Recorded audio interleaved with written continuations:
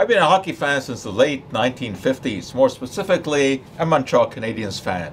I came from Hungary back in 1956. Soccer was the big deal there. There was no soccer here. So I obviously gravitated to hockey.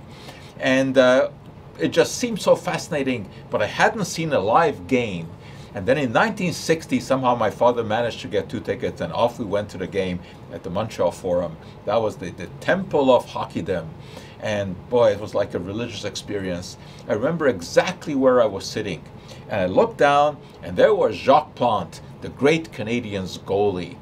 Way at the other end was Gump Worsley, the Rangers goalie. And a few years later, those two would be exchanged for each other. But that's another story for another time. But there was a big difference between the two goalies. Plante was wearing a mask. Worsley was not. Well, the year before, 1959, playing in Madison Square Garden in New York, Plante had been hit in the face with a puck shot by Andy Bathgate. And boy, he could drill those shots.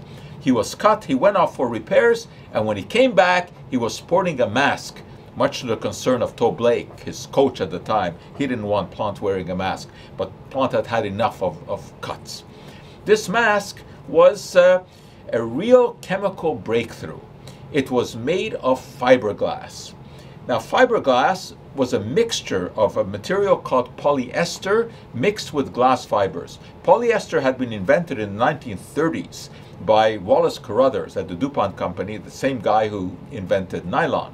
It was a fabric. Actually, what I'm wearing here is polyester. If you melt polyester and you mix it with glass fibers, you get fiberglass, a very hard material. And that was molded to Plante's face. It was very primitive, but it really worked well. Well, since that time, there have been a lot of advances in goalie equipment. And Carey Price, the Canadiens goalie of today, wears equipment that is very different from what Plante wore. We asked Carey to come in and demonstrate this for you, but he had other obligations. This is the next best thing. This is Carey's equipment today. But he was gracious enough to try Jacques Plante's old equipment.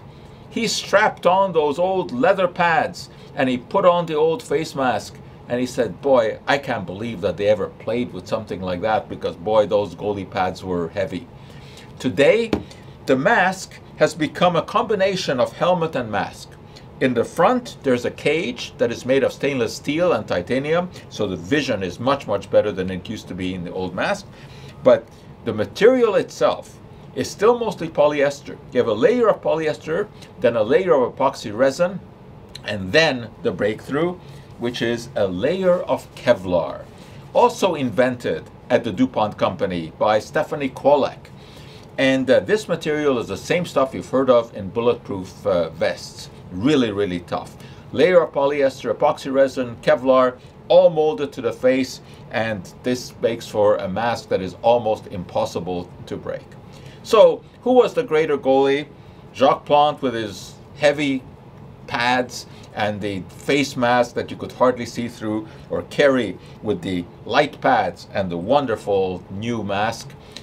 You can't say. You can't compare eras. Both of them were absolutely great goalies, but there's no question that chemistry has come to the forefront and makes Carey's equipment much, much better than the stuff that Jacques Plante wore back then when I first saw him in 1960. And I remember that game, 8-4 Canadiens. Boy, that's nostalgia for you. Those were the good old days.